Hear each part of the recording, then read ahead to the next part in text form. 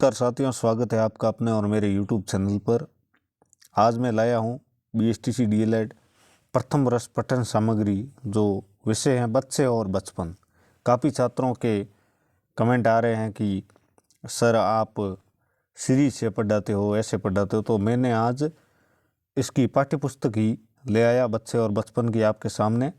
आप गौर से पढ़ें और पूरा वीडियो विस्तार से देख लेंगे तो आप टोटल शायद ये 60 नंबर का प्रश्न पत्र होगा, तो आप 60 में से 60 कर आएंगे। तो पूरा वीडियो देख लेना मेरे साथ साथ।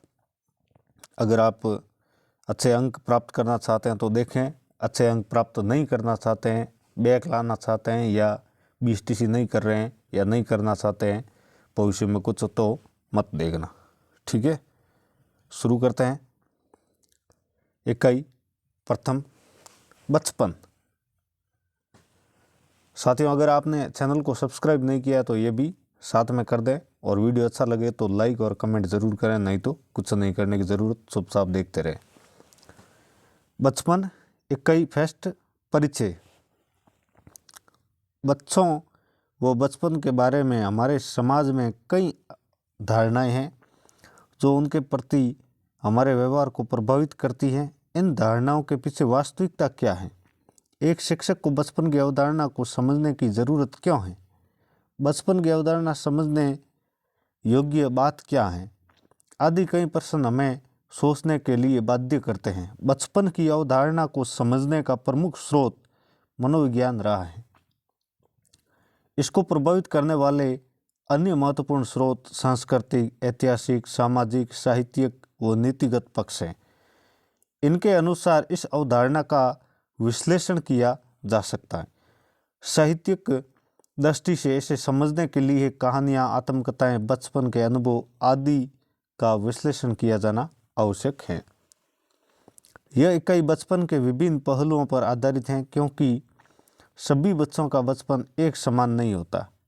समाज के अलग अलग समुदायों में बचपन की अवधारणा व बच्चों की छवि अलग अलग रही है। हम जिन बच्चों को पढ़ा रहे हैं वे एक मिश्रित समाज में से हैं, तथा वे अपने अनुभव व ज्ञान को साथ लेकर विद्यालय आते हैं। इस इकाई में हम प्रयास करेंगे कि बचपन की अलग अलग अवधारणा को समझें, इनका बचपन के लालन पालन पर किस प्रकार प्रभाव पड़ता है, बचपन के अनुभव बाल विकास पर कैसे असर डालते हैं, इसका शिक्षा से क्या संबंध है आदि, तथा इन अनुभवों का विश्लेषण कर निष्कर्ष प्राप्त करेंगे। बच्चों के साथ कार्य करने वाले चिंतकों ने भी बच्चों को समझने का प्रयास किया है। हम यहाँ ऐसे ही चिंतकों के विचार को पढ़ेंगे तथा उन स्रोत से हम देखेंगे कि बचपन को कैसे समझा जाए। इनके विचारों से अवगत होकर बचपन की विविध स्वरूपों को समझने का दृष्टिकोण क्या है, इस पर चर्चा करेंगे। साथियों, ये पुस्तक आपको आप अगर प्राइवेट कॉलेज से DLED कर रहे हैं तो शायद आपको नहीं मिली होगी। अगर आप गवर्नमेंट डाइट से कर रहे हैं, डाइट से BSTC कर रहे हैं, तो आपको शायद तक ये पुस्तक उपलब्ध हो गई होगी। और कभी कभी क्या होता है, डाइट में भी पुस्तकें पूरी नहीं हो पाती है, तो कई छात्रों को मिलती है, कहीं को नहीं मिल पाती है, इसलिए गौर से पढ़ें। बचपन, समय के बचपन के अनुभव, स्मरण एवं उनका विश्लेषण। ये तो उतना इम्पोर्टेंट नहीं था। बचपन की कुछ यादें, एक बच्ची का अनुभव। मेरा बचपन संयुक्त परिवार में रहते हुए व्यतीत हुआ। मेरे पिता सहित 4 भाइयों का परिवार सभी एक साथ मिलकर रहते थे। मैं सभी भाई बहनों में बड़ी थी, सो सभी का ध्यान रखती थी और रौब भी रखती थी। जो मेरी बात नहीं मानता उससे सभी की कटी करवा देती थी।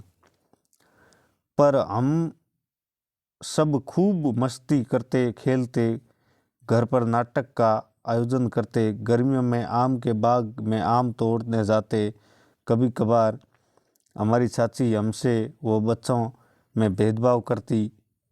जब हम अपनी माँ से शिकायत करते तो माँ हमें डांट देती। हमें बहुत गुस्सा आता, पर क्या करते। हमारी माँ मात्र चौथी कक्षा पास थी। वो हमारी पढ़ाई पर ध्यान नहीं दे पा रही थी। पिताजी नौकरी पर अक्सर बाहर रहते थे। पिताजी जब घर आते थे तो हमें पढ़ाते और गृह कार्य देकर जाते। उनका गुस्सा बहुत तेज था। हम उनसे बहुत डरते थे, खुलकर उनसे बात नहीं करते। एक बार वे हमें अंग्रेजी पढ़ा रहे थे। उन्होंने पूछा, वर्तमान काल प्रेजेंट टेंस में ही से क्या क्रिया लगेगी। मैंने कहा डो। कई बार पूछने पर यही जवाब दिया। उनका धैर्य जवाब दे गया। उन्होंने कस कर एक चप्पल लगाई और बोले, ही के साथ डू नहीं डज लगता है, समझी। पर हाँ, उस दिन के बाद अंग्रेजी में बहुत सुधार आया। यह एक बच्ची की अनुभव की, बचपन की कुछ यादें और अनुभव की कहानी थी। विमर्श एवं विश्लेषण। यह अनुभव पारिवारिक स्थितियों में सामंजस्य प्रदर्शित करता है, जहाँ संयुक्त परिवार में रहते हुए बड़े होने से नेतृत्व का गुण उत्पन्न होता है। इनसे क्वेश्चन बन रहे हैं, देखते जाओ। संयुक्त परिवार में रहते हुए बड़े होने से नेतृत्व का गुण उत्पन्न होता है, एक क्वेश्चन बन गया। इसी टाइप के ये क्वेश्चन बनते जा रहे हैं। तो बड़पन भी आता है और भेदभाव होने की स्थिति में कुंठा को भी दर्शाता है। इसी प्रकार घर के बड़े सदस्यों का भय बच्चे को स्वतंत्र रूप से अपनी बात कहने के लिए बाधित करता है। वह खुलकर नहीं कह पाता कि वह क्यों गलत है। उपयुक्त दृष्टांत के आधार पर कुछ बिंदु उभर कर आए हैं जो निम्नानुसार हैं। पहला है, नेतृत्व का गुण प्रकट होता है। दूसरा, बड़पन। तीसरा, कुष्ठा या लाचारी।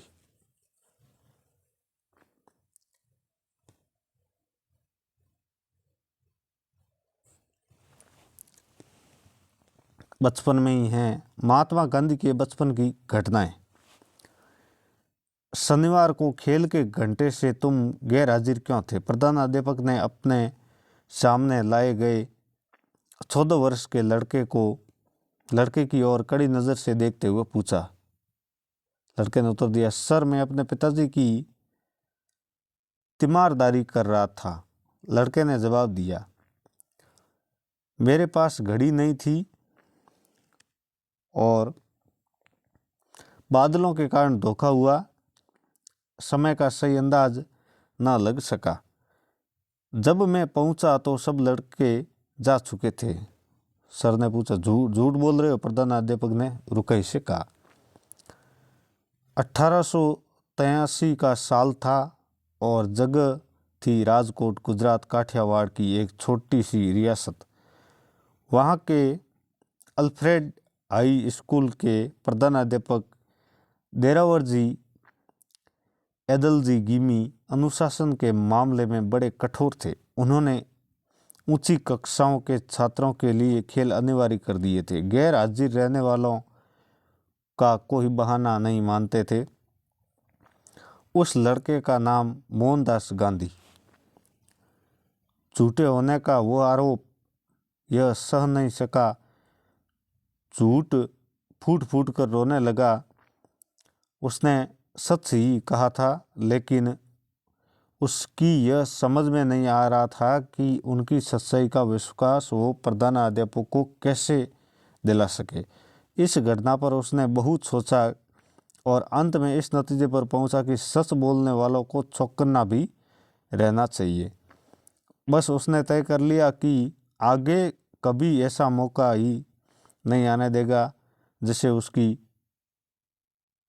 किसी कैफियत के झूठा समझा जाए। वो लड़का ना तो पढ़ाई में तेज था और ना खेल में। स्वभाव में भी शांत, फेंकू और एकांत प्रिय था। उस लड़के के मुंह से लोगों के सामने बोल तक नहीं फूटता था। औसत दर्ज का विद्यार्थी समझे जाने की उसे जरा भी फिक्र नहीं थी, लेकिन अपनी प्रतिष्ठा के मामले में वो बड़ा सतर्क था। उसने यह बात उसने इस बात का गर्व था कि अपने शिक्षकों और सहपाठियों से वो कभी झूठ नहीं बोला था। उसकी नीयत पर कोई जरा से भी शक करता तो उसे रोना आ जाना था। उदाहरण, गांधी परिवार वैष्णव संप्रदाय का अनुयायी था। इस संप्रदाय में मांस, भक्षण और धूम्रपान घोर पाप माने जाते थे। इसलिए यह आश्चर्य की बात है कि मोहन अपने जीवन के इस विद्रोही काल में मांस, भक्षण और धूम्रपान के प्रबुलनों में फंस गया था। महताब नामक एक धूर्त सहपाठी ने बड़ी चतुराई से उसे इस जाल में फंसाया। मांस खाने का जोरदार समर्थन करते हुए उसने कहा कि ऊपर से चाहे जितनी भी कस्में खाएं, मगर शहर के ज़्यादातर बाशिंदे, यहाँ तक कि मदरसे के मास्टर भी छिप छिप कर गोश्त खाते हैं। गोश्त खाने वाले अंग्रेज़ों को ही देख रहे कितने हट्टे कट्टे हैं।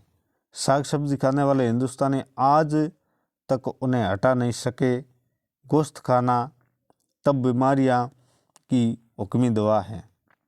इसको खाने वाले फोड़े फुंसी नहीं होते, और जिन भूतों के सपने में इतना डर हो, वे तो जहाँ तुमसे गोश्त खाया की रफू चक्कर हुए। दोस्त के इन जोरदार कथनों ने मोहनदास गांधी को ये सब इस दोस्त ने ऐसी बातें कही कि झूठी कसम खाने से ये होता है, झूठी कसम खाने से अष्टपुष्ट होते हैं, झूठी कसम खाने से फोड़े फुंसी नहीं होते हैं। तो दोस्त के इन जोरदार कुतर्कों ने मोहन की सारी दलितों को काट फेंका, लेकिन वो अपने माता पिता को आघात नहीं पहुंचाना चाहता था। इसलिए नदी के किनारे सुनसान जगह में मांस खाने का इंतजाम किया गया। पहली बार मांस खाने के बाद उसकी वह रात बुरी तरह गुजरी। लगता था वैसे बकरा पेट में मीमिया रहा हो, लेकिन थोड़े थोड़े फासले में मांसाहार का यह सिलसिला बराबर चलता रहा और शुरू में घबराहट हुई। उस पर मोहन ने काबू पा लिया, लेकिन एक उलझन फिर भी बनी रही। चोरी छुपे मांस खाने के बाद हर बार घर में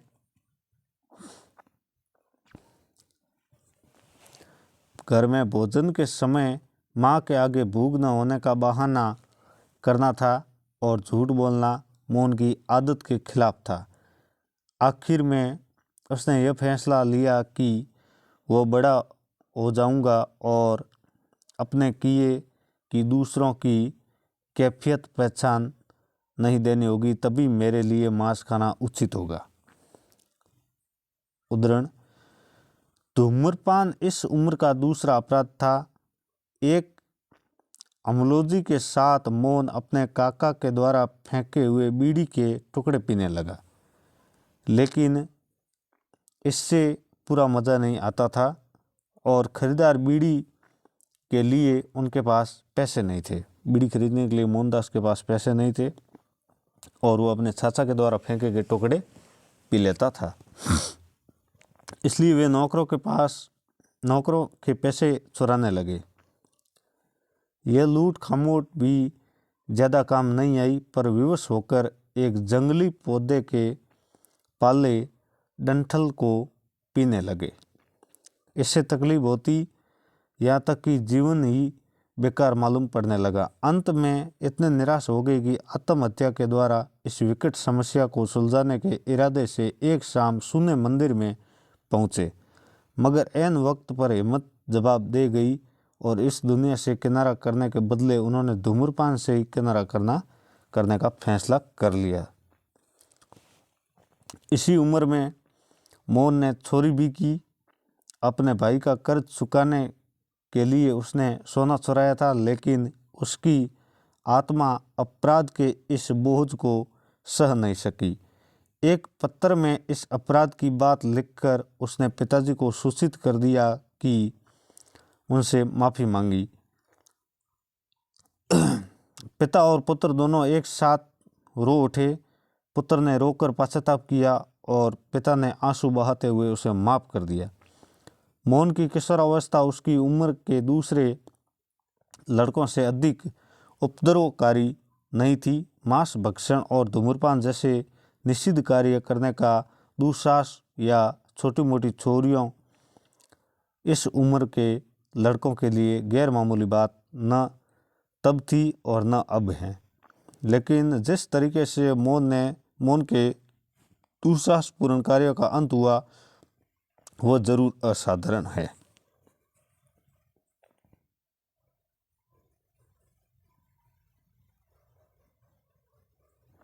अब पढ़ते हैं मेन इम्पोर्टेंट क्वेश्चन है गिजुभाई बैद का। गिजुभाई का जन्म 15 नवंबर 1885 को सौराष्ट्र के चित्ताल ग्राम गुजरात में हुआ। इन्हें मुंसाली माँ भी कहा जाता है। मुंसाली माँ बहुत इंपॉर्टेंट क्वेश्चन है, कई बार पूछा गया है 19 और 18 में, मैंने तो बहुत बार पढ़ा है इसे। मुंसाली माँ कहा जाता था। वे गुजरात राज्य के भावनगर में बड़े हुए। 1907 में वे पूर्व अफ्रीका तथा बाद में मुंबई चले गए। 1923 में उनके पुत्र जन्म के बाद उनकी रुचि बचपन के विकास एवं शिक्षा की ओर विकसित हुई। गिजुभाई पेशे से वकील रहे, परंतु मारिया मोंटेसरी के विचारों और विधियों से प्रभावित होकर वे बाल शिक्षा की ओर आकर्षित हुए। सन 1920 में भावनगर में बाल मंदिर नामक संस्था की स्थापना की। बहुत इंपॉर्टेंट क्वेश्चन है, बाल मंदिर नामक संस्था की स्थापना किसने की? तो गिजुभाई बैद का, जो पेशे से वकील थे। सन 1925 व 28 में आपने मोंटेसरी सम्मेलनों का आयोजन किया, जिसका ध्येय बच्चों और उनके बचपन के अहम बिंदुओं पर केंद्रित होकर बच्चों, उनके माता पिता और शिक्षकों के बीच बाल विज्ञान को जानकर व्यवहार में लाना था। अपने जीवन काल में गिजुभाई ने लगभग 200 पुस्तकों का लेखन किया। 200 पुस्तकों का लेखन किया गिजुभाई ने अपने जीवन काल में। ये इम्पोर्टेंट क्वेश्चन और बन गया, जिसके विषय बच्चे, शिक्षा, पर्यटन व हास्य था, परंतु इनका केंद्र बिंदु बच्चे, माता पिता व शिक्षक थे। उन्होंने बच्चों के माता पिता और शिक्षकों के बीच बाल मनोविज्ञान और अपनी बाल शिक्षण योजना को पहुंचाने का अथक प्रयास किया। इस महान बाल साहित्यकार का निधन 23 जून 1939 को भावनगर गुजरात में हुआ। इनकी प्रमुख रचनाएं हैं जो बहुत इम्पोर्टेंट है।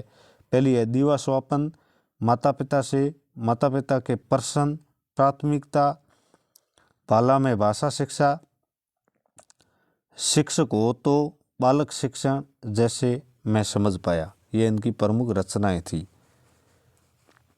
पुस्तक दीवा स्वप्न एक अंश स्रोत वेद का गिजुभाई 2011 दीवा स्वप्न 18वीं आवृत्ति नई Delhi national book trust.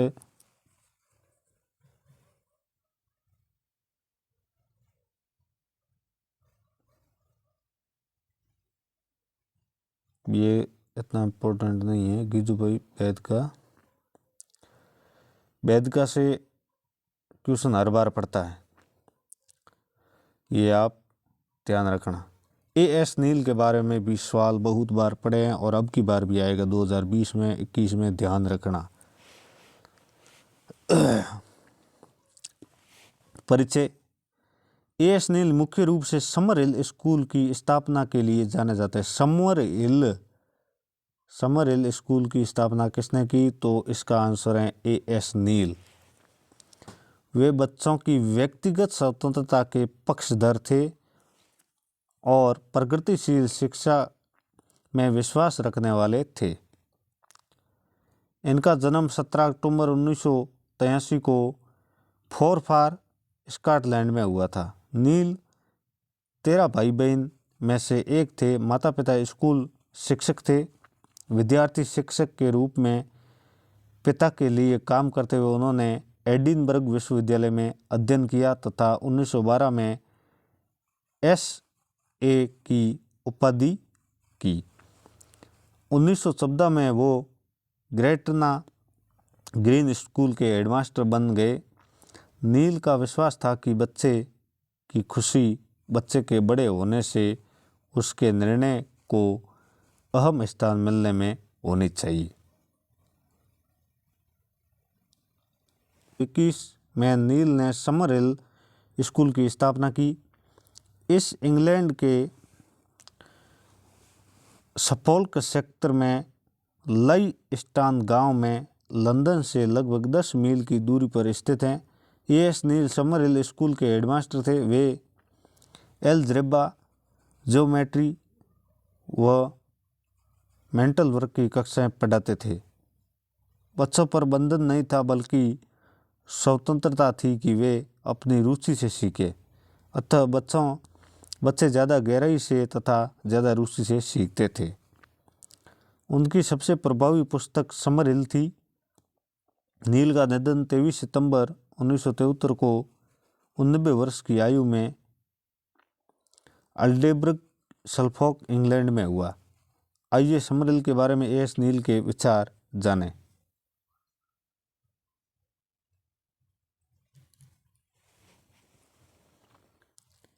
Summerhill के छात्र छात्राओं के बारे में कुछ बता दिया जाए। कुछ बच्चे हमारे स्कूल में 5 साल की उम्र में आए तो कुछ 15 साल के होने पर। लगभग सभी बच्चे 16 साल की उम्र तक स्कूल में रहे। सामान्य रूप से हमारे पास हर सेक्टर में करीब 25 लड़के व 20 लड़कियां रही। अखबारों में कई बार समरहिल के बारे में लिखा जाता है कि यह मन मर्जी का स्कूल है। समरहिल स्कूल मन मर्जी का स्कूल है। बहुत इम्पोर्टेंट सवाल बन गया एक और।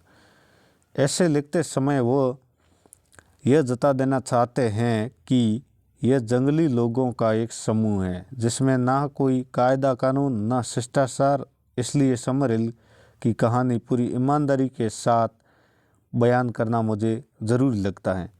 जाहिर है कि मैं जो भी लिखूंगा उसमें पूर्वाग्रह होंगे, फिर भी कोशिश यह रहेगी कि उसकी खूबियों के साथ मैं उसकी तमाम कमियां भी बताऊं।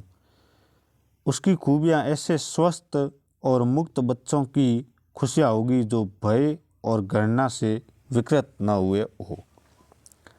जाहिर है जो स्कूल सक्रिय बच्चों को मेज़ों पर बिठाकर दिन भर निरर्थक विषय पढ़ाते हैं वे बेईमानी हैं। ऐसे स्कूल केवल उनके लिए अच्छे हो सकते हैं जिनका ऐसे स्कूलों में विश्वास हो। उन नागरिकों के लिए जो ऐसे रचनाहीन और आज्ञाकारी बच्चे चाहते हैं जो एक ऐसी सभ्यता का विषय बन सके जहाँ सफलता का एक ही मानक होगा, पैसा। समरहिल एक प्रयोग के रूप में प्रारंभ हुआ, पर बाद में महज प्रयोग नहीं रहा बल्कि एक प्रदर्शन स्कूल में तब्दील हुआ, क्योंकि समरहिल एक प्रदर्शित कर सका कि आज़ादी साथ में कारगर है, आज़ादी सच में कारगर है। जब मैंने और मेरी पहली पत्नी ने यह स्कूल शुरू किया उस वक्त हमारे मन में एक मुख्य विचार था कि बच्चों को स्कूल के अनुरूप ढालने के बदले स्कूल को बच्चों के अनुरूप बनाएं। समरहिल स्कूल का बहुत ही मुख्य विचार, इम्पोर्टेंट विचार था कि स्कूल के अनुरूप ढालने के बजाय बच्चों को, स्कूल है जो स्कूल को ही बच्चों के अनुरूप डाल दे ताकि बच्चों को यहाँ शिक्षा आसानी से ग्रहण हो सके और बच्चों को स्कूल पसंद आए। जहाँ बच्चे फिट ना किए जाए स्कूल ही उनको फिट हो जाए। बहुत इम्पोर्टेंट है, बच्चे उनको फिट ना हो बल्कि स्कूल ही बच्चों को फिट हो जाए। मैंने वर्षों सामान्य स्कूलों में अध्यापन किया था। मैं उस तरीके से बखूबी जानता था कि यह वह तरीका गलत है। गलत इसलिए क्योंकि यह वयस्कों की इस धारणा पर आधारित है कि बच्चा कैसा होना चाहिए, उसे कैसे सिखाना चाहिए। यह धारणा इस युग में पनपी जब मनोविज्ञान जन्मा ही नहीं था।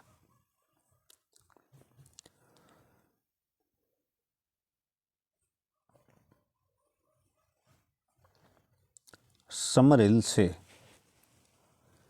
मुझे जैक की बात याद आती है जो 17 साल की उम्र में इंजीनियरिंग फैक्ट्री में यहाँ से गया था। एक दिन उसे उसके प्रबंध निदेशक ने बुलाया। तुम समरहिल के छात्र हो ना? उन्होंने पूछा। मैं यह जानना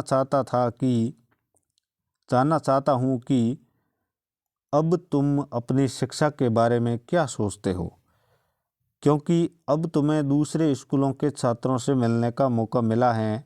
अगर तुम्हें फिर से चुनने का मौका मिले तो तुम कहाँ पढ़ना चाहोगे, ईटन या समरहिल में? बेझिझक समरहिल में चुनूंगा, जैके ने कहा। यहाँ एक ऐसा मिलता है जहाँ दूसरे स्कूलों में न मिले। जैक ने अपना सिर खुजलाया और धीरे धीरे कहा, मुझे पता नहीं। फिर जोड़ा, मुझे लगता है कि समरहिल एक पूर्ण आत्मविश्वास की भावना जगाता है। हाँ, प्रबंध ने रुखाई से कहा। यह तो मैंने तभी देख लिया था जब तुम कमरे में घुसे थे। हे भगवान, जैक हंसा। अगर मैंने आपको यह आभास दिया तो मुझे माफ़ करिएगा। नहीं, ये बात तो मुझे अच्छी लगी, निदेशक महोदय बोले। अक्सर जब मैं किसी को अपने दफ्तर में बुलाता हूँ तो बेहद बेचैन और असहज लगते हैं। यह घटना दर्शाती है कि सीखना उतना महत्वपूर्ण नहीं है जितना व्यक्ति और चरित्र निर्माण। जैक विश्वविद्यालय की परीक्षा में फेल हो गया था क्योंकि उसने किताबी पढ़ाई से नफरत थी, पर लैम्ब के लेख और फ्रेंच भाषा के ज्ञान के अभाव में उसे जीवन भर के लिए अपंग नहीं बना दिया। वो आज सफल इंजीनियर हैं। समरहिल स्कूल के बारे में बहुत से सवाल हैं जो आपके बहुत ही इम्पोर्टेंट है, जो एग्ज़ाम में बार बार पूछे जाते हैं। समरहिल स्कूल की स्थापना किसने की? समरहिल स्कूल कैसा था? अब पढ़ते हैं John Caudwell alt. John alt को लेखक व शिक्षक के रूप में जाना जाता है। वे अपने परिवार में 3 बच्चों में सबसे बड़े थे। उनका जन्म 14 अप्रैल 1923 को न्यूयॉर्क शहर यूएसए में हुआ। ये युवा अधिकारों के जनक थे। बहुत इंपॉर्टेंट सवाल बन गए। युवा अधिकारों के जनक थे जॉन ऑल्ट। उन्होंने अपना समय अपनी बहनों व मित्रों के शिशुओं व बच्चों के साथ बिताया और उनकी विभिन्नताओं को समझा। कुछ वर्षों तक कोलोरेडो में पढ़ने के बाद बोस्टन चले गए। वहाँ एक साथी शिक्षक बिल हल के साथ मिलकर उन्होंने कक्षा अवलोकन प्रोजेक्ट पर काम शुरू किया, जिससे उनमें से एक पढ़ाता था तो दूसरा प्रतिक्रिया को ध्यान से देखता था। 7 वर्ष के अध्यापन के बाद ऑल्ट ने अपनी 2 लोकप्रिय पुस्तकें लिखी। बच्चे असफल कैसे होते हैं, बच्चे कैसे सीखते हैं। जॉन ऑल्ट की 2 प्रमुख पुस्तक जो बहुत इम्पोर्टेंट है, याद रखना। बच्चे असफल कैसे होते हैं, बच्चे कैसे सीखते हैं। उनका अनुभव था कि बच्चे डर की वजह से नहीं सीखते हैं, जैसे गलत उत्तर देने का भय, शिक्षक व साथियों द्वारा हंसी उड़ाने का डर, ज़्यादा अच्छा न होना का डर। बच्चों के लिए सबसे बुरा यह था कि बच्चे को यही पढ़ना पड़ता है जिसमें उसकी रुचि नहीं। बच्चों को वही पढ़ना पड़ता है जिसमें उसकी रुचि नहीं है और दबाव देकर पढ़ाया जाता है, तो वो उत्तर देने में हड़बड़ाता है और डरता है। अपने जीवन काल में उन्होंने 10 पुस्तकें लिखी। विद्यालय विहीन अवलोकन आंदोलन पर लिखी, जिन्हें अभिभावक व शिक्षकों ने बहुत सराहा। उनका निधन 14 सितंबर 1985 को हुआ। साथियों, जो इम्पोर्टेंट है मैं वही क्वेश्चन पढ़ा रहा हूँ, बाकी कुछ आपको एक्स्ट्रा पढ़ने की ज़रूरत ही नहीं है, क्योंकि पुस्तक में कुछ ऐसा भी नहीं है कि आप सोचते होंगे पुस्तक में क्या है क्या नहीं, ऐसा कुछ नहीं। इकाई दूसरी, बचपन की संकल्पना। इसमें भी इम्पोर्टेंट है, वही पढ़ लेते हैं।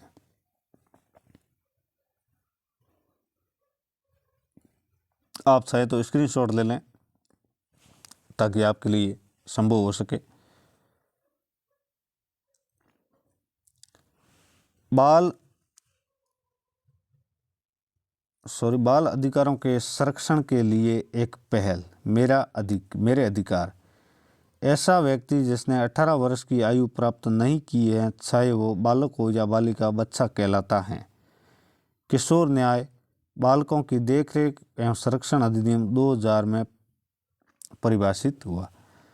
जीने का अधिकार, विकास का अधिकार, संरक्षण का अधिकार, सहभागिता का अधिकार, ये 4 अधिकार हैं। पहला है प्रमुख बाल अधिकार। इसमें पहला है जीने का अधिकार। यह अधिकार बच्चे के जन्म से पूर्व माता के गर्भ से प्रारंभ होता है।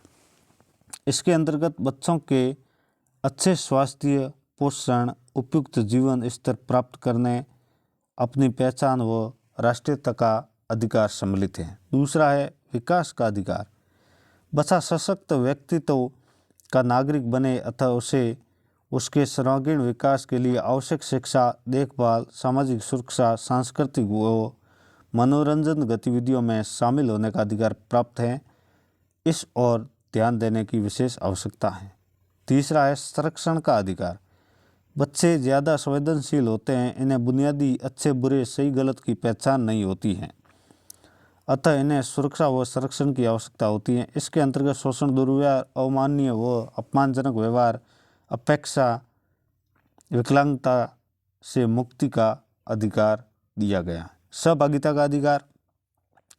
बच्चों में अनेक जिज्ञासाएं होती हैं, वे स्वयं अभिव्यक्त करना चाहते हैं, स्वतंत्र रूप से कुछ करना चाहते हैं, अहम बातचीत और निर्णय में शामिल होना चाहते हैं। अतः बच्चों के विचारों का आदर, अभिव्यक्त की स्वतंत्रता, उपयुक्त सूचना प्राप्त करने हेतु पहुँच, अंतःकरण की आवाज़ सुनने तथा धर्म की स्वतंत्रता का अधिकार बच्चों की सहभागिता बढ़ाने हेतु दिया गया है। इसका भी आप स्क्रीनशॉट लेना चाहते हैं तो ले लें। प्रमुख बाल अधिकार बचपन की संकल्पना इकाई 2 से स्क्रीनशॉट ले लें ताकि आपके काम आएगा।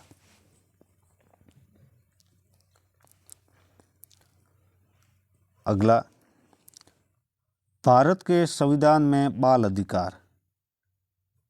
6 से 14 वर्ष तक के सभी बच्चों को प्रारंभिक स्तर तक निःशुल्क शिक्षा अनिवार्य है। बच्चों के अधिकार।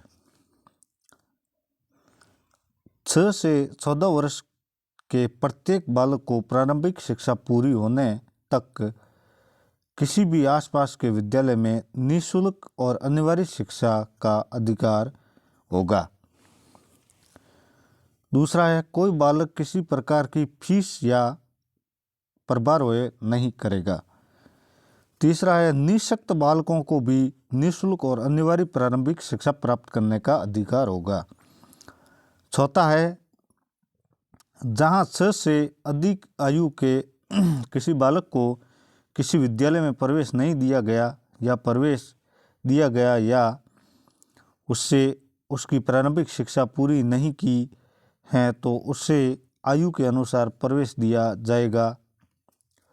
उसके लिए विशेष प्रशिक्षण व्यवस्था होगी। साथ ही कोई बालक 14 वर्ष की आयु के पश्चात भी प्रारंभिक शिक्षा पूरी करने व निःशुल्क शिक्षा प्राप्त करने का हकदार होगा। किसी विद्यालय में प्रारंभिक शिक्षा पूरी करने की व्यवस्था नहीं है तो बालक को किसी अन्य विद्यालय में स्थानांतरण करने का अधिकार होगा।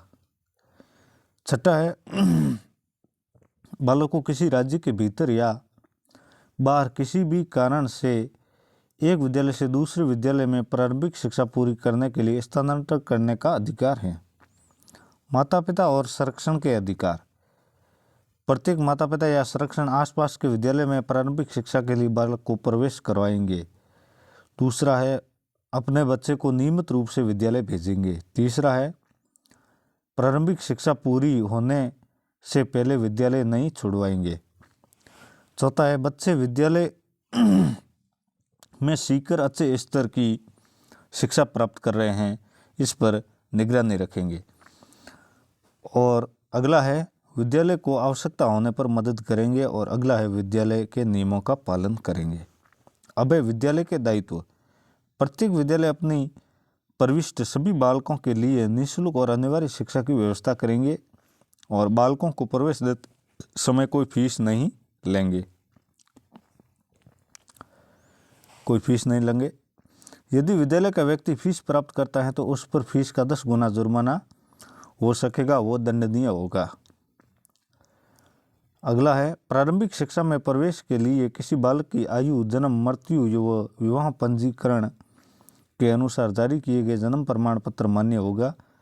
निम्न भी मान्य होगा: अस्पताल, ANM register record, anganwadi record, अभिभावक द्वारा आयु के संबंध में दिए गए एफिडेविट।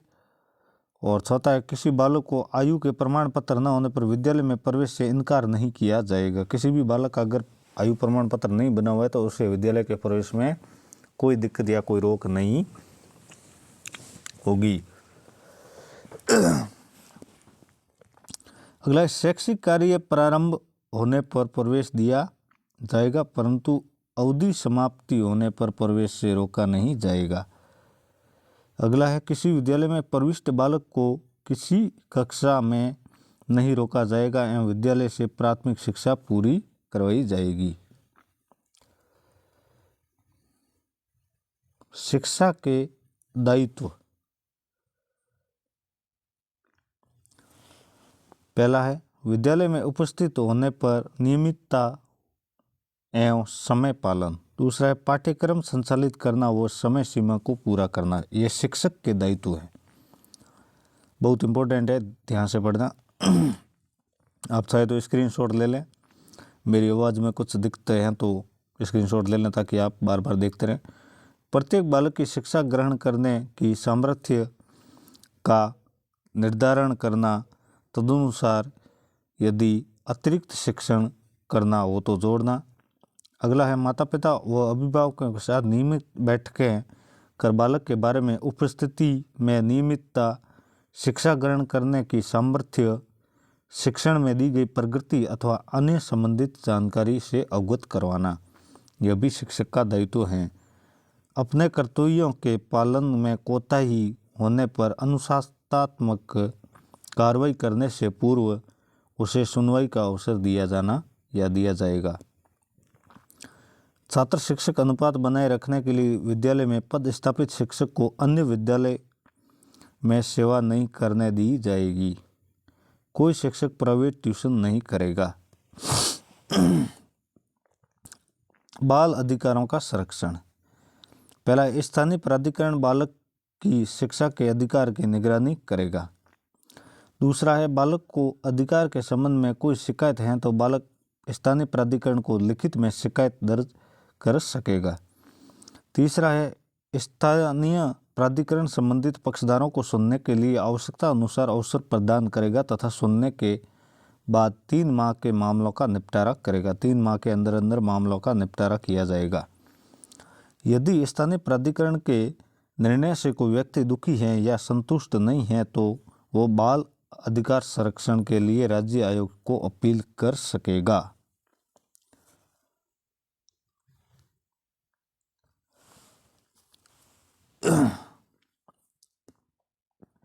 अगला है राजस्थान में समेकित बाल संरक्षण योजना के अंतर्गत संरचनाएं। समेकित बाल संरक्षण योजना उपयुक्त अधिकार बच्चों को मिले। समेकित बाल संरक्षण योजना ICPS, बस इतना ही इसमें याद करना, बाकी कुछ खास है नहीं।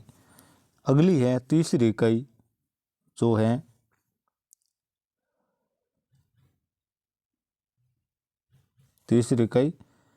बाल विकास के परिप्रेक्ष्य। इसमें हम पढ़ेंगे एक सारणी जो बहुत ही इम्पोर्टेंट है। पहले ये सारणी पढ़ लेते हैं। विकास से संबंधित प्रमुख मान्यताएं, प्रमुख बिंदु, प्रमुख प्रतिपादक। जैविक परिपक्वता से संबंधित मान्यताएं इसका प्रमुख बिंदु है। इसके अनुसार विकास मुख्यतः आनुवंशिकता से प्रभावित होता है एवं हमारा व्यवहार प्राकृतिक नियमों द्वारा तय होता है। इसका प्रतिपादक जी स्टेनले हल एवं अर्नल्ड गैलेस ने किया। बहुत इम्पोर्टेंट है, बड़े ध्यान से पढ़ना और चाहे तो स्क्रीनशॉट ले लें। मैं बार बार इसलिए कह रहा हूँ कि पुस्तक आपको कहीं नहीं मिलेगी, इसलिए ध्यान से पढ़ें। और मेरे साथ जुड़ने के लिए आपका धन्यवाद, और पढ़ते रहें। दूसरा है व्यवहारवादी सिद्धांत के अंतर्गत मान्यताएं।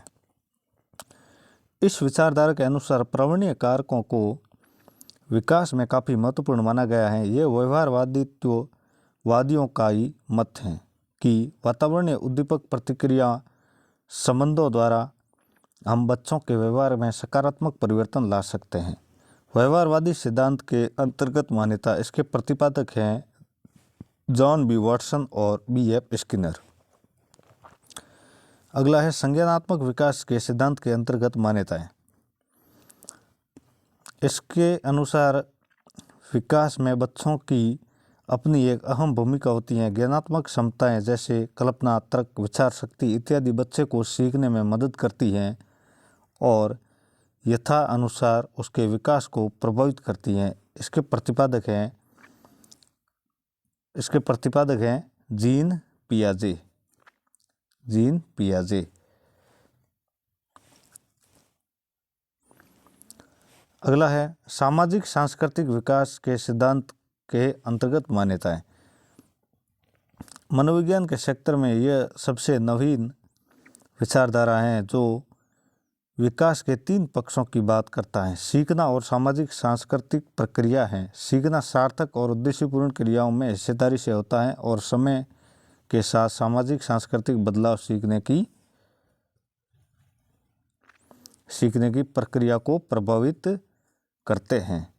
इसका प्रतिपादन जैव वाग्योस्की ने किया। सामाजिक सांस्कृतिक विकास के सिद्धांत का प्रतिपादक जैव वाग्योस्की ने किया। अगला है शारीरिक विकास। बच्चे के संपूर्ण विकास का एक महत्वपूर्ण पहलू है शारीरिक विकास। बच्चे के शारीरिक विकास की उसके व्यक्तित्व विकास में महत्वपूर्ण भूमिका है। कहा गया है कि स्वस्थ शरीर में स्वस्थ मन निवास करता है। बच्चे के विकास की प्रक्रिया गर्भाधान से प्रारंभ हो जाती है और वो भ्रूण से गर्भस्थ शिशु के रूप में परिपक्वता की ओर बढ़ने लगती हैं। इस प्रकार शारीरिक वृद्धि एक निरंतर क्रमबद्ध प्रक्रिया से होती रहती है। विकास के विभिन्न आयामों में शारीरिक विकास अत्यंत महत्वपूर्ण है। प्रत्यक्ष एवं अप्रत्यक्ष रूप से बच्चे का शारीरिक विकास यह तय करता है कि उसमें किस प्रकार के कार्यों को करने की क्षमता अंतर्निहित है। यथा अपने साथियों के साथ खेल कूद की समस्त गतिविधियों में भाग लेने की क्षमता शारीरिक विकास से अत्यधिक सहसंबंधित है। बच्चे का शैक्षिक विकास और व्यवहारिक ज्ञान उसके शारीरिक व गामक विकास से प्रभावित हैं। शारीरिक एवं गामक विकास परस्पर संबंधित हैं।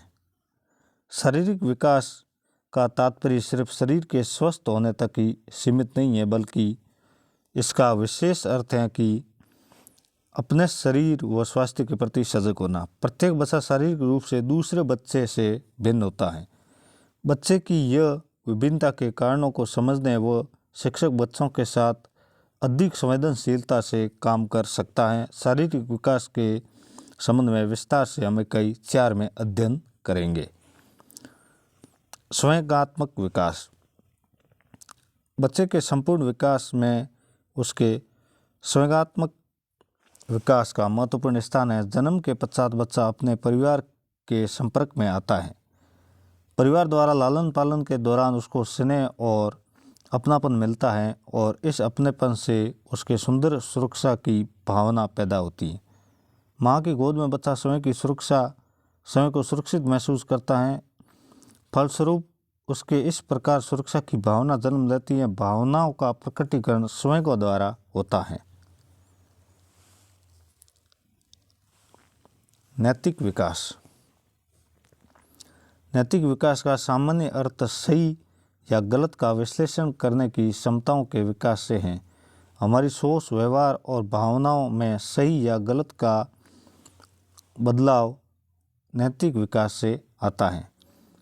जैसे एक व्यक्ति नैतिक निर्णय लेते समय कौन से तर्क या वितर्कों को ध्यान में रखता है, व्यक्ति नैतिक परिस्थितियों में कैसा व्यवहार करता है, नैतिक मुद्दों के बारे में लोग क्या सोचते हैं, क्या हैं एक व्यक्ति के नैतिक व्यक्तित्व को बनाने के लिए जिम्मेदार होता है। उपयुक्त बिंदुओं को हम बच्चों में नैतिकता के विकास से भी जोड़कर देख सकते हैं। बच्चों में नैतिकता आरंभ से ही देखने को मिलती है। अगर हम अभी तक पढ़े विकास के विभिन्न प्रकारों की बात करें तो बच्चों में नैतिकता हर स्तर पर देखी जा सकती है। उदाहरण के लिए संवेदनात्मक विकास की प्रक्रिया में जब बच्चे दूसरों के प्रति परानुभूति दिखा पाते हैं तो इससे यह प्रदर्शित होता है कि बच्चे कुछ हद तक यह समझने लगते हैं कि शायद दूसरों को बुरा उसकी वजह से लगा है, तो उसमें आत्मग्लानि होने लगती है और वो अपने व्यवहार में परिवर्तन लाने की कोशिश करते हैं। इसी तरह संज्ञानात्मक विकास की प्रक्रिया में जब हम बच्चे अपने सामाजिक अनुभवों पर पुनः विचार करते हैं अथवा वे तर्क सहित यह समझ बना पाते हैं कि गलत है क्या सही है। एक शिक्षक के लिए बच्चों के होने वाले नैतिक विकास की प्रक्रिया को समझना आवश्यक है ताकि उनके विद्यालय अवधि के दौरान उसमें अपेक्षित गुणों का विकास किया जा सके। इस संदर्भ में आप इकाई 5 में विस्तार से अध्ययन करेंगे। हम सब इकाइयाँ पढ़ेंगे, कुछ भी पीछे नहीं छोड़ेंगे। संज्ञानात्मक विकास। एक शिक्षक के रूप में क्या कभी आपने यह जानने की कोशिश की कि बच्चे कैसे सोचते हैं, वह संसार का अनुभव कैसे करते हैं, किस प्रकार उसके मन में विचार जन्म लेते हैं।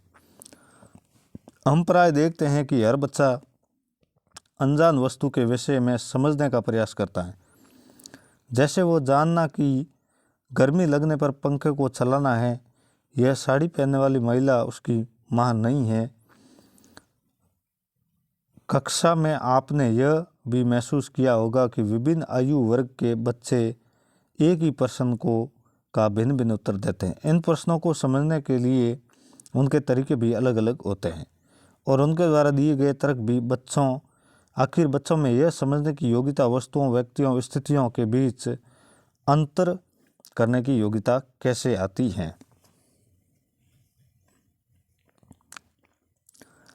एक फोटो है, इसमें बहुत इम्पोर्टेंट फोटो है। पहले है भूरण, फिर दूसरे नंबर पर शिशु,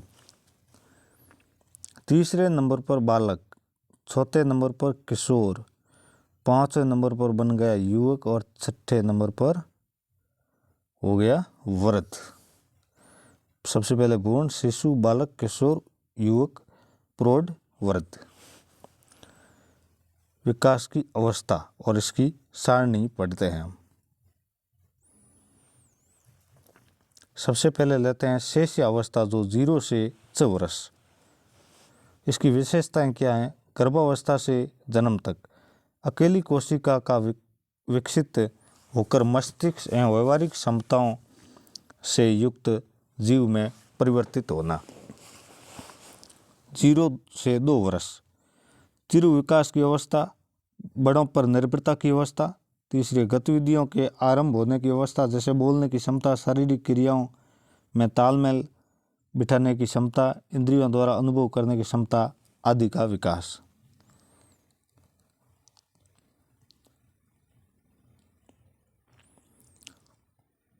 अगला है समय एवं परिवार के सदस्यों को पहचानने की क्षमता तथा परिचित माहौल में आत्मविश्वास से घूमना आदि। 2 वर्ष की आयु में सभी प्रमुख संवेग प्रेम, क्रोध, घृणा आदि उत्पन्न हो जाते हैं। संवेगों पर नियंत्रण नहीं होता। अब है पूर्व बाल्य अवस्था 2 से 6 वर्ष।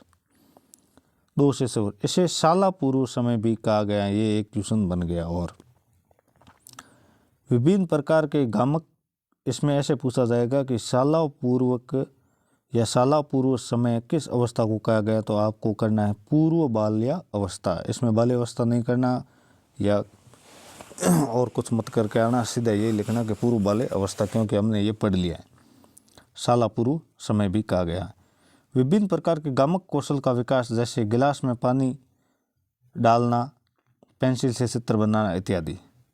अगला है अपने कई कार्यों को स्वतंत्र रूप से करना चाहते हैं, जबकि वे इन कार्यों को अकेले करने के लिए पूरी तरह से तैयार नहीं होते। भाषा विकास तीव्र गति से होता है। पूर्व बाल्यावस्था में भाषा विकास तीव्र गति से होता है। पूर्व बाल्यावस्था में अपने आसपास को जानने की कोशिश करते हैं, खूब सारे प्रश्न भी करते हैं। पूर्व बाल्यावस्था में खिलौनों के साथ खेलना भी बहुत पसंद होता है। पूर्व बाल्यावस्था में मित्र बनाना शुरू कर देते हैं, उनके साथ खेलना, समय बिताना पसंद कर देते हैं। पूर्व बाल्यावस्था में एक समय पर घटित घटनाओं को एक दूसरे से जोड़ लेते हैं, जैसे झूठ बोलने पर लाइट चली जाती है ऐसे। पूर्व बाल्यावस्था में कल्पना शक्ति तीव्र हो जाती है, यह स्पष्ट रूप से खेलों में देखने को मिलती है। पूर्व बाल्यावस्था में खेलों के नियम अपने अनुसार बदलते रहते हैं। यह थी पूर्व बाल्यावस्था। अब है बाल्यावस्था। यह है 6 से 12 वर्ष। बाल्यावस्था में शाला जाने की अवस्था भी कहा जाता है। शाला जाने की अवस्था है बाल्यावस्था, 6 से 12 वर्ष।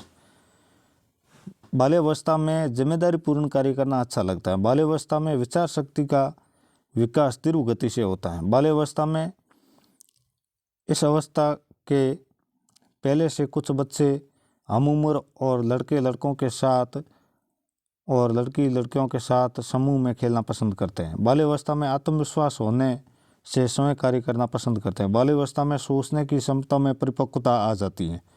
बाल्यावस्था में कार्य कारण में संबंध स्थापित करने लगते हैं। बाल्यावस्था में बच्चे में सहयोग, सहानुभूति, नेतृत्व के साथ साथ अवज्ञा व आक्रामकता का विकास भी होता है। अब है किशोरावस्था, जो है 12 से 20 वर्ष। इस किशोरावस्था में बाल विकास में यह अवस्था महत्वपूर्ण है। किशोरावस्था में यौनारंभ की अवस्था भी कहलाती है। यौनारंभ की अवस्था भी कहलाती है। इसे वय संधिकाल भी कहते हैं। किशोरावस्था बाल्यावस्था की अंतिम अवस्था है। किशोरावस्था बाल्यावस्था की अंतिम अवस्था है। किशोरावस्था बालक कल्पना, दिवा, सपन की स्थिति में रहते हैं। किशोरावस्था में शारीरिक विकास तेजी से होता है। उदाहरणार्थ लड़कियों में वक्ष स्थल का विकास, लड़कों में आवाज़ का भारी होना। किशोरावस्था में अमूर्त चिंतन करने लगते हैं। किशोरावस्था में समूह के प्रति निष्ठा और गर्व की भावना प्रबल हो जाती है। किशोरावस्था में अपनी पहचान को खोजते हैं।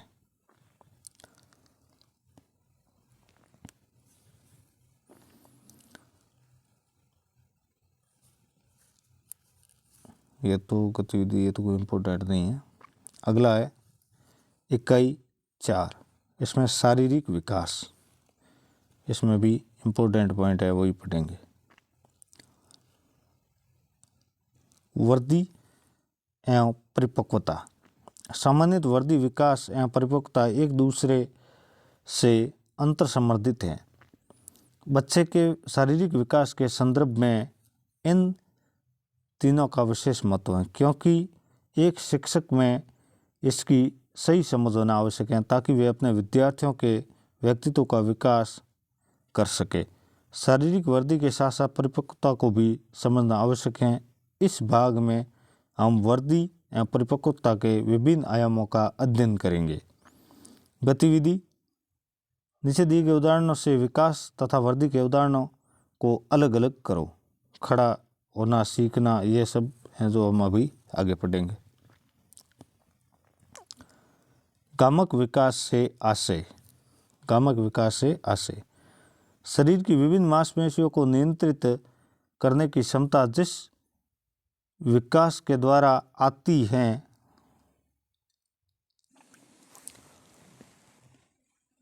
वह गामक विकास कहलाता है।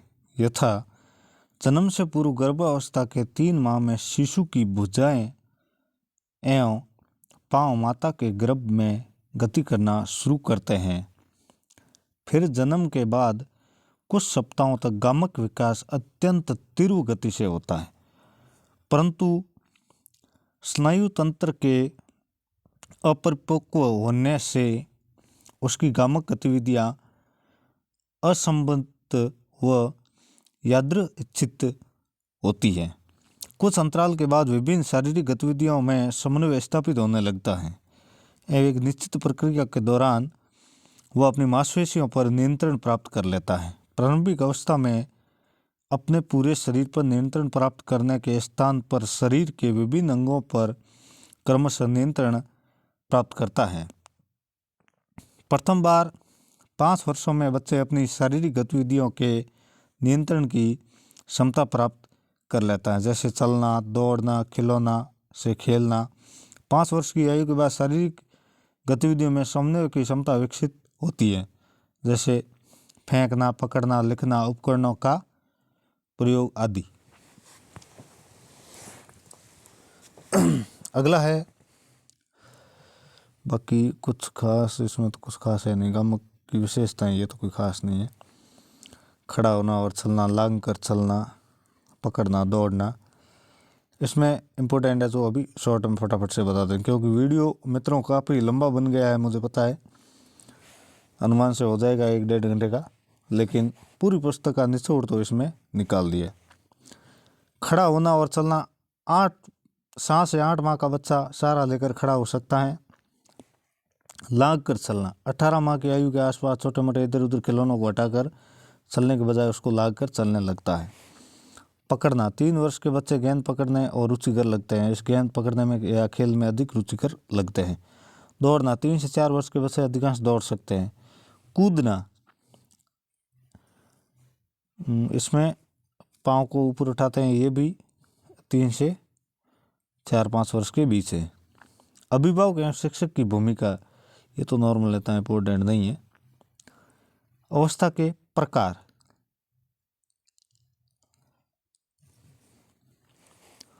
अवस्था के प्रकार, आयु विशेषताएं।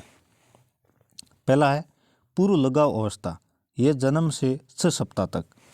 विशेषताएं, विभिन्न क्रियाओं अथवा संकेतों जैसे पकड़ना, मुस्कुराना, रोना, टकटकी लगाकर देखना आदि से शिशु मानव के संपर्क में आता है। लगाव निर्माण की द्वितीय अवस्था, 6 सप्ताह से 8 माह। इस अवस्था में शिशु परिचित व अपरिचित व्यक्तियों को देखकर एक विशेष प्रतिक्रिया करता है, यथा माँ को देखकर मुस्कुराना, हंसना आदि। अगला है लगाव निर्माण की द्वितीय अवस्था, यह 6 सप्ताह से 8 माह तक। इस अवस्था में शिशु परिचित एवं अपरिचित व्यक्तियों को देखकर एक विशेष प्रतिक्रिया करता है, यथा माँ को देखकर मुस्कुराना, हंसना आदि। तीसरी है लगाव की पूर्व अवस्था, ये 8 माह से 8 वर्ष तक परिचितों एवं पालकों से पूर्ण लगाव होता है। इस अवस्था में पालकों से अलग अलग होने पर शिशु में दुसंसिता उत्पन्न होने लगती है। चौथा है संबंधों के प्रतिक्रिया के निर्माण की अवस्था, 2 वर्ष से अधिक। भाषा का निर्माण हो जाता है जब शिशु अपने परिचितों के साथ शब्दों के द्वारा अपनी बात कहता है। शिष्यावस्था 6 माह तक है, तो मेरे ख्याल सबको पता ही है, फिर भी पढ़ लेते हैं। शिष्यावस्था, शिशु के जन्म के 6 माह में शिशु को स्वयं का बोध आंतरिक रूप से होता है। वो भूख, गीलेपन, नींद आदि का अनुभव करते हैं। शिशु को स्वयं का बोध सामाजिक रूप में तब होता है जब वह खुद को दूसरे से भिन्न इकाई समझने लगता है। जैसे यदि कोई शिशु को देखकर मुस्कुराता है तो शिशु भी वही स्वयं प्रदर्शित करता है। पूर्व बाल्यावस्था, पूर्व बाल्यावस्था में बच्चे दूसरों के साथ की क्रिया और प्रतिक्रिया के आधार पर स्वयं के बारे में धारणा बनाते हैं। इस अवस्था में बच्चे अपने बारे में स्पष्ट तौर पर केवल बाहरी विशेषताओं के आधार पर ही धारणा बनाते हैं। इस अवस्था में बच्चे प्राय अंतर नहीं कर पाते कि उनमें वाकई क्या क्षमता है और वे क्या चाहते हैं। वे अन्य बच्चों से बहुत अधिक तुलना भी नहीं कर पाते। मनोवैज्ञानिकों का मानना है कि वातावरण के साथ ही अंतर्क्रियाएं बच्चों को समय की समझ बनाने में सहायक होती हैं। बच्चे समय पर नियंत्रण रखते हैं। बाल्यावस्था, इस अवस्था में बच्चे अपने आप को कुछ विशेष गुणों के साथ प्रदर्शित करते हैं, आंतरिक रूप से भी अभिव्यक्त करने लगते हैं, जैसे उनको कौन से रंग के कपड़े पहनना पसंद है, वे कौन सा खेल करते हैं आदि। बाकी तो इसमें कोई इतना खास है नहीं। किशोर अवस्था, इस अवस्था में बच्चों में समय के प्रति चेतना अधिक आ जाती है। इसका एक कारण यह है कि इसमें अहम केंद्रित वापस आ जाता है। उन्हें लगता है कि हर कोई उन्हें देख रहा है। इस प्रकार उसमें समय के विषय में चेतना अधिक होती है। यह चेतना बच्चे के व्यक्तित्व के विकास में अहम भूमिका निभाती है। सामाजिकरण पढ़ते हैं। इकाई 6, इसमें इम्पोर्टेंट क्या है, सामाजिकरण के प्रकार। सामाजिकरण के प्रकार प्राथमिक, सुनियोजित और प्राकृतिक। प्राथमिक सामाजिकरण, बच्चे के जन्म के बाद ही सामाजिकरण की यह प्रक्रिया प्रारंभ हो जाती है।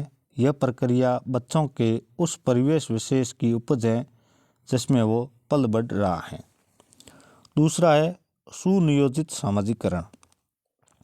यह बालक को प्रेरित करने वाला सामाजिकरण होता है जो पूर्व नियोजित होता है। इसमें माता पिता एवं समाज अपने तौर तरीके, रीति रिवाज और बच्चों को सिखाता है। प्राकृतिक सामाजिकरण तीसरा, बच्चा प्रकृति से समय का विकास स्वतः ही करते हैं। अतः कहा जाता है कि प्रकृति के आगोश में रहकर बच्चे समाज के तौर तरीके सीखते हैं। लास्ट इकाई 7, बच्चों के अध्ययन के तरीके। अवलोकन विधि, वृद्धि और विकास के दौर में बच्चों के व्यवहार के बारे में जानना अध्ययन का महत्वपूर्ण विषय है। आयु वृद्धि के साथ साथ बच्चों के व्यवहारों में भी उत्तरोत्तर परिवर्तन आते रहते हैं। बच्चे के वृद्धि या विकास काल में आए अवरोध उसके व्यवहार को प्रत्यक्ष परोक्ष रूप से प्रभावित करते हैं। ऐसे समय में एक शिक्षक बच्चे की विविध क्रियाओं अथवा गतिविधियों का अवलोकन कर उसे सहायता प्रदान कर सकता है। इस हेतु अवलोकन विधि का उपयोग किया जाता है। यह बच्चों के व्यवहार की सही समझ बनाने एवं सहायता प्रदान करने में महत्वपूर्ण है। अवलोकन विधि वो विधि है जिसमें किसी प्रकार किसी के व्यवहार या घटना को देखकर इसका व्यवस्थित व नियोजन रूप से अध्ययन किया जाता है।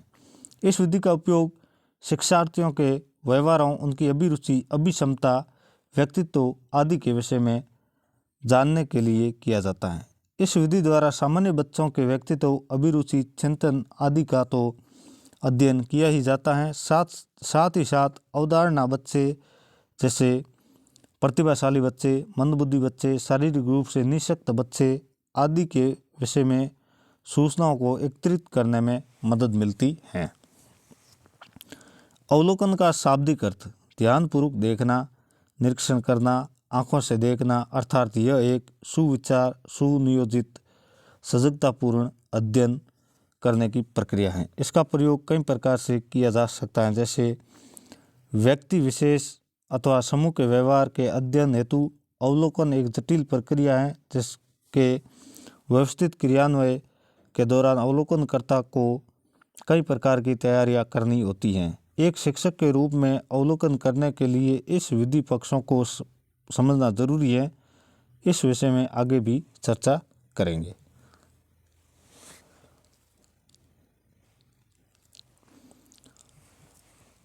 अब है लास्ट इम्पोर्टेंट टॉपिक जो है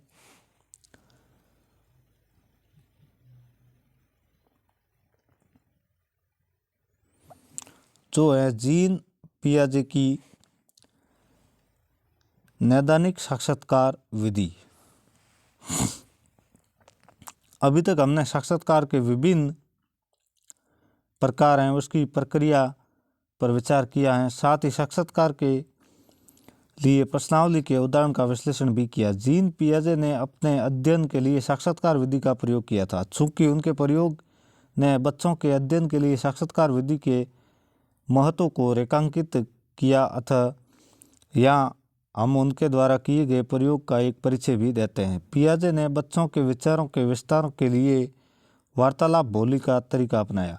पियाजे ने दैनिक साक्षात्कार का उपयोग बच्चों के संज्ञानात्मक पक्ष का अध्ययन करने में किया जाता है। इसके अलावा बाल विकास के अन्य क्षेत्रों में भी इसका उपयोग किया जाता है, जैसे बच्चों की देखभाल, तौर तरीके की सूचनाएं प्राप्त करने के लिए अनुसंधानकर्ताओं का द्वारा इसका उपयोग किया गया। इस विधि की विशेषता यह है कि यह व्यक्ति को अपने विचारों के प्रदर्शन हेतु अवसर देती है। नैदानिक साक्षात्कार की कुछ सीमाएं भी हैं, जैसे कई बार साक्षात्कार देने वाला स्वयं के विचार प्रक्रिया से संबंधित सूचनाओं को छुपाते हुए साक्षात्कारकर्ता को मिथ्या सूचनाएं देता है। साक्षात्कार देने वाले अपने विचारों को शब्दों में अभिव्यक्त करने में असमर्थ होते हैं। इस कारण से साक्षात्कार को वास्तविक जानकारी प्राप्त नहीं हो पाती है। साथियों, ये था बच्चे और बचपन पाठ्यक्रम DELED प्रथम वर्ष के लिए। कैसा लगा मेरा वीडियो? ठीक है, मेरी आवाज़ में कुछ मिस्टेक और मेरे से कुछ गलती या त्रुटियाँ हुई है तो इसके लिए माफ़ी चाहता हूँ। धन्यवाद मित्रों। मेरे चैनल को सब्सक्राइब, लाइक और कमेंट ज़रूर करें। आपका प्रेम, स्नेह और प्यार हमेशा ऐसे ही बना रहे। इसी शुभकामनाओं के साथ मैं आपके उज्जवल भविष्य की शुभकामनाएं करते हुए अपनी वाणी को विराम देता हूँ। धन्यवाद।